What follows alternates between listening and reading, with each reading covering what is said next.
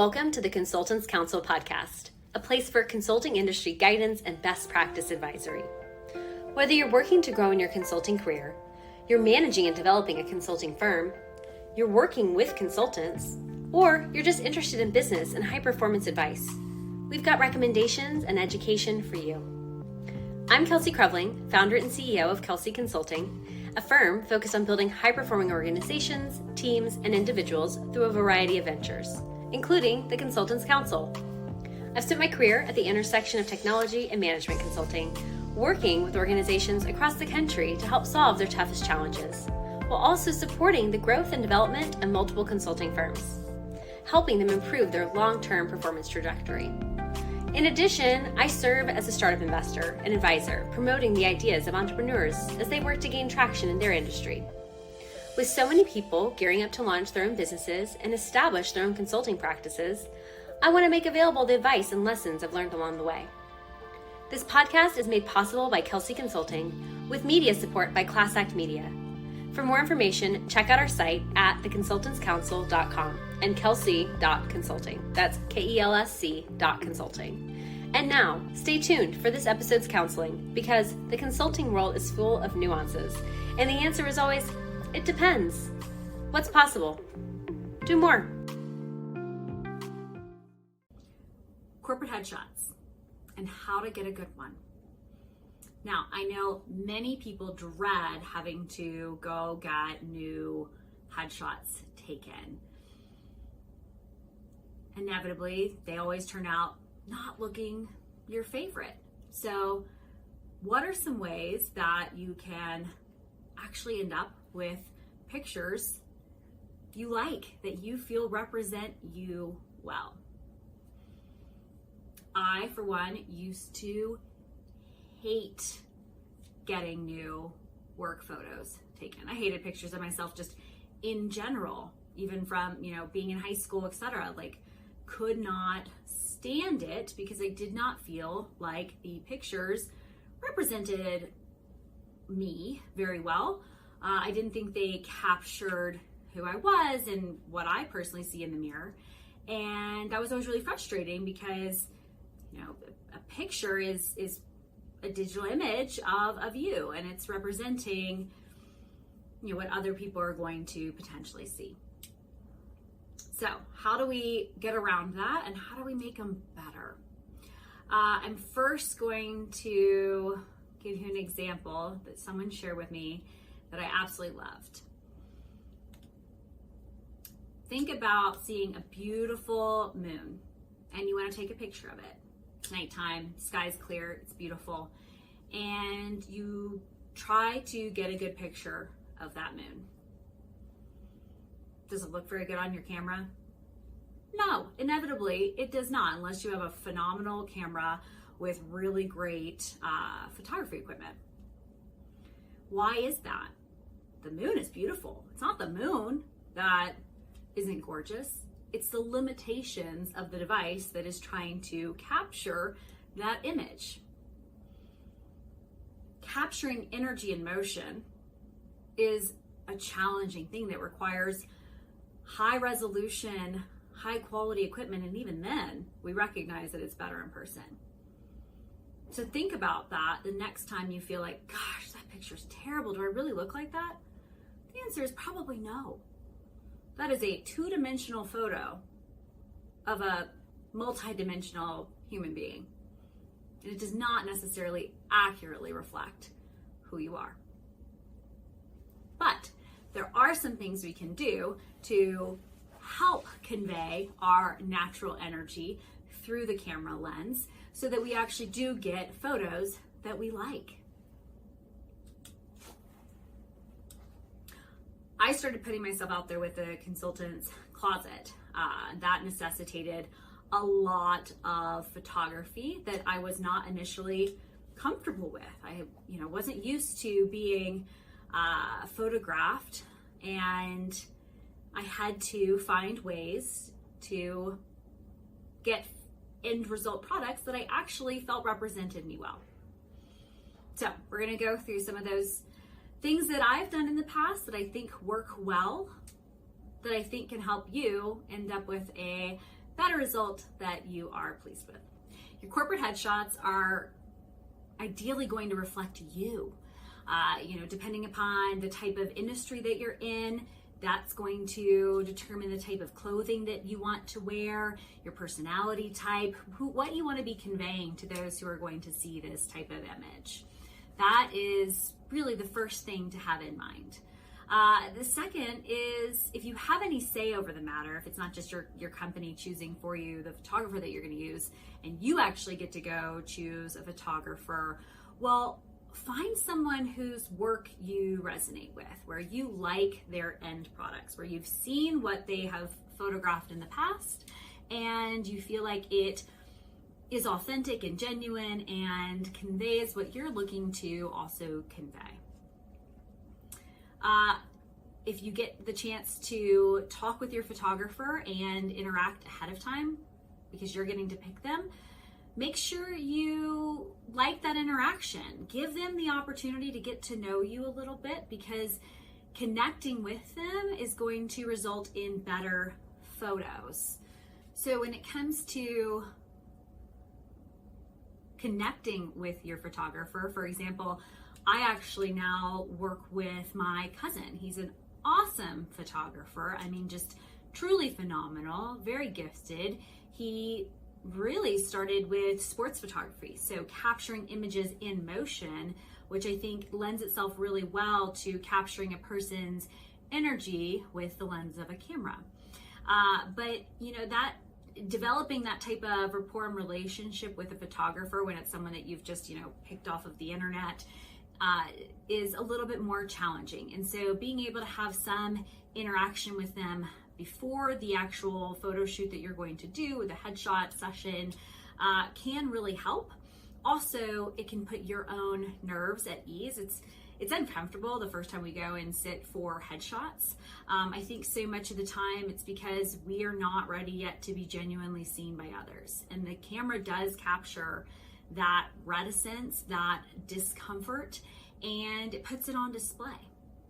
We're not always comfortable just showing up and being seen authentically and taking up space in the world. And so that really does show up in pictures. So as you're kind of gearing up and saying, I need new headshots, I want you to think about what personal brand you want to build, how you want to be seen in the world and perceived by others. How can you be your authentic self so that you do get the best image that's going to represent you well? And then how can you connect with your photographer so that they know what it is that you're looking for, what you're trying to convey, and who you are? That'll really help get a better end result. Now that you have a photographer, you've booked a session, make sure you're booking it a few weeks in advance so that you have time beforehand to really plan what it is that you're going to wear, how you're going to do your hair. If you wear makeup, how are you going to have that done? And then also giving yourself some time to eat clean and move, exercise. Do what makes you feel your best. I know I personally get really puffy if I'm not exercising as much as ideal and I'm not eating as cleanly as I can. And so anytime I know I have a photography event or session coming up, I really make sure to kind of double down on my efforts, because it's never fun to see pictures of yourself and know you haven't been holding yourself accountable for making the best choices, and then to see that show up on the imagery. You don't want to be hungover going into a photo shoot session, because that's going to be, puffy eyes and under eye circles, and you're just going to look a lot more tired, and your energy is not going to be as easily conveyed to the camera. So I would say, leading up to a photo shoot session, just make sure that you are being mindful of what you choose to consume and how much you choose to move, so that you are keeping your energy levels high and that is going to show up on film. All right, so leading up to your photo shoot, everything's booked. You've made sure if there's any personal grooming things that you need to do ahead of time, you've taken care of them. And you've been eating clean so that, your skin's ideally not going to be breaking out and you're not going to be feeling kind of not your best version of yourself. Now, for the other component of getting ready for a photo shoot is really, what are you going to wear? When it comes to showing up well on camera, some of the best things I can recommend are solid colors. Darker colors typically render better. So black, navy, dark hunter green, gray, those colors generally read well. Pure white oftentimes is very hard to get to render as you would want it to on camera. Creams like this are a little bit better because it's just a softer shade, but true white is tough, and it also oftentimes on a camera lens looks larger than it is in real life. So, dark colors are more slimming and they just render better on camera. And they also don't detract away from you. That's really the biggest thing here is with all of this is helping you show up as the best version of yourself so that it renders on camera the way that you want it to. And so by wearing, solid colors that are not too loud, you want to be able to be showing up clearly and with great energy. All right, so now that you know your photographer, you know what you're going to wear, you've done all of your personal grooming and maintenance leading up to your photography event, where are you actually doing your headshots and what is the lighting there going to look like? Are you going to be indoors? Do you need any type of ring lighting or additional flash photography lighting? Are you going to be outside and as a result need to find a location where you're going to be so that the photos are rendering the way you would like for them to? Make sure you're scouting out the location ahead of time so that you're comfortable with it, and also so that you can make sure your clothing is not going to conflict or clash with where it is that you are having photos taken. You really want you to show up and to not be in conflict with the space around you. And so having a mindset of that ahead of time and knowing what you're going to be walking into is really wise.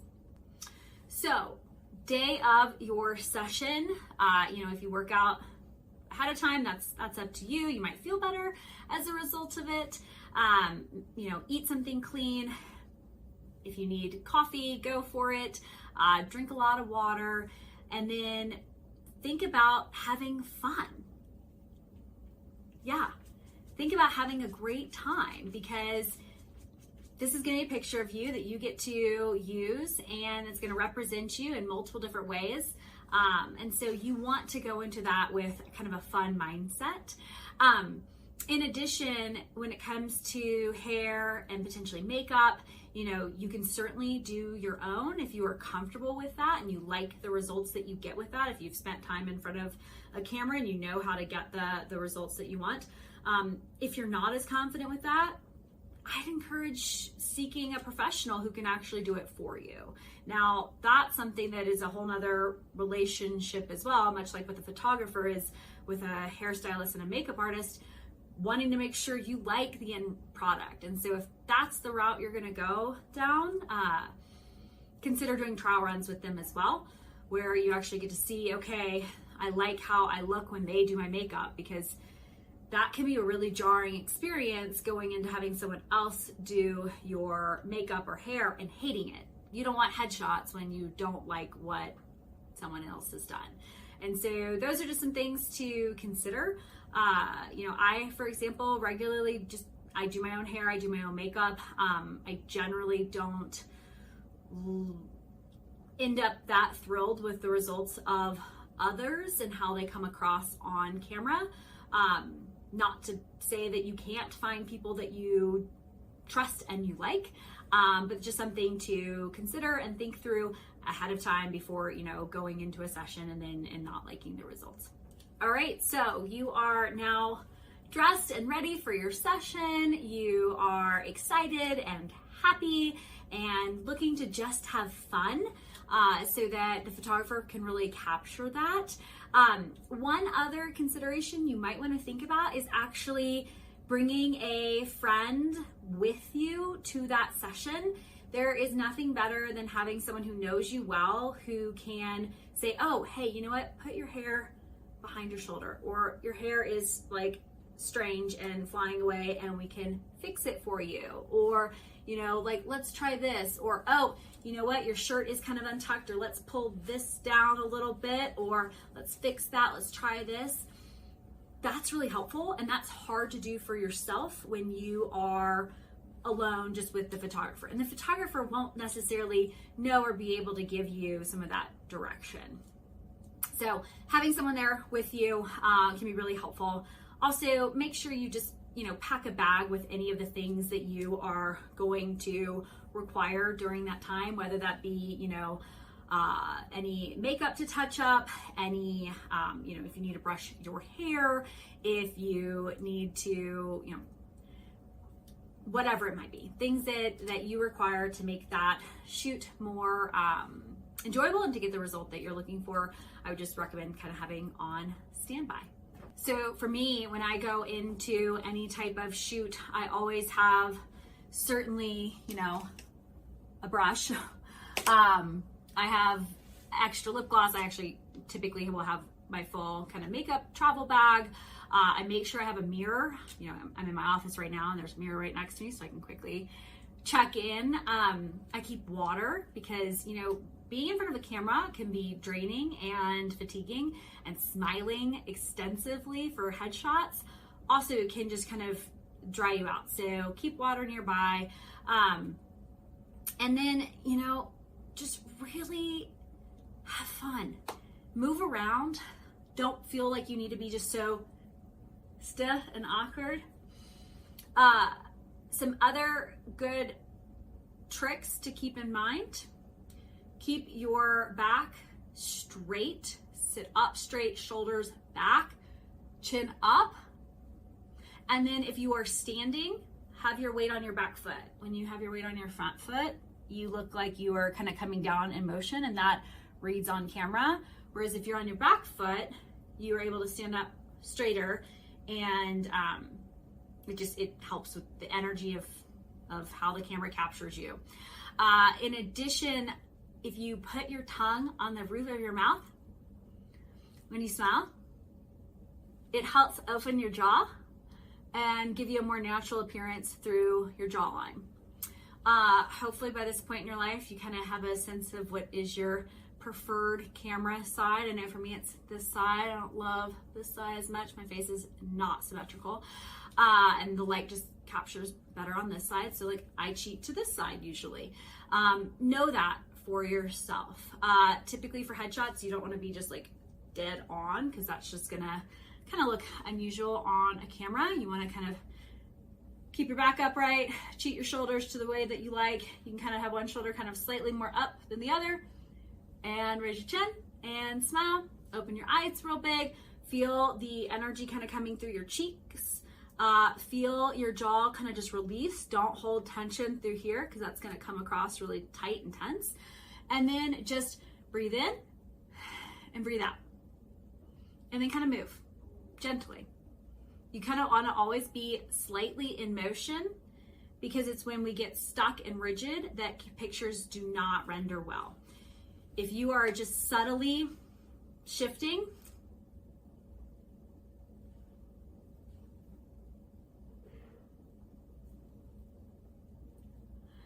that enables the photographer to be able to get different images that ultimately you will like more or less, but it gives you a plethora of them. You don't want to just come out of a session and be like, well, every single picture looks the same and I hate all of them. And check in with your photographer. If you're able to have kind of a dynamic with them, be asking them like, how is this looking? And then get up and be like, can I see? And oftentimes when we can actually see what it is that we're getting on camera, we can pivot and change and be like, I don't like that. That's not looking good. Or, okay, I need to like hold my shoulders back more, or I need to pull my top down more, or I need to, straighten up, or I want to cheat more to the side, or I want to have an elbow on my, waist, or I want to fix my hair a little bit because it's going flat.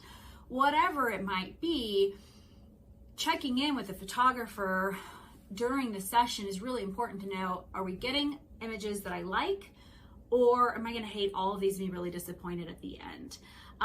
Again, that goes back also to the importance of choosing a photographer that you really resonate with, that you like, that is going to work well with you. I know some photographers don't want to be interrupted and don't want to have to give you that latitude to tell them how you feel with the pictures. But in my opinion, the photographer works for you. You've hired them, you are paying them, and you are expecting a good end result. And so you need to be happy and excited about what it is that they are capturing. And if you're not, well, then that's a failed session and a whole big waste of time, expense, money. And so you want to avoid that. So having that rapport with the photographer during the session can really result in better imagery and outcomes.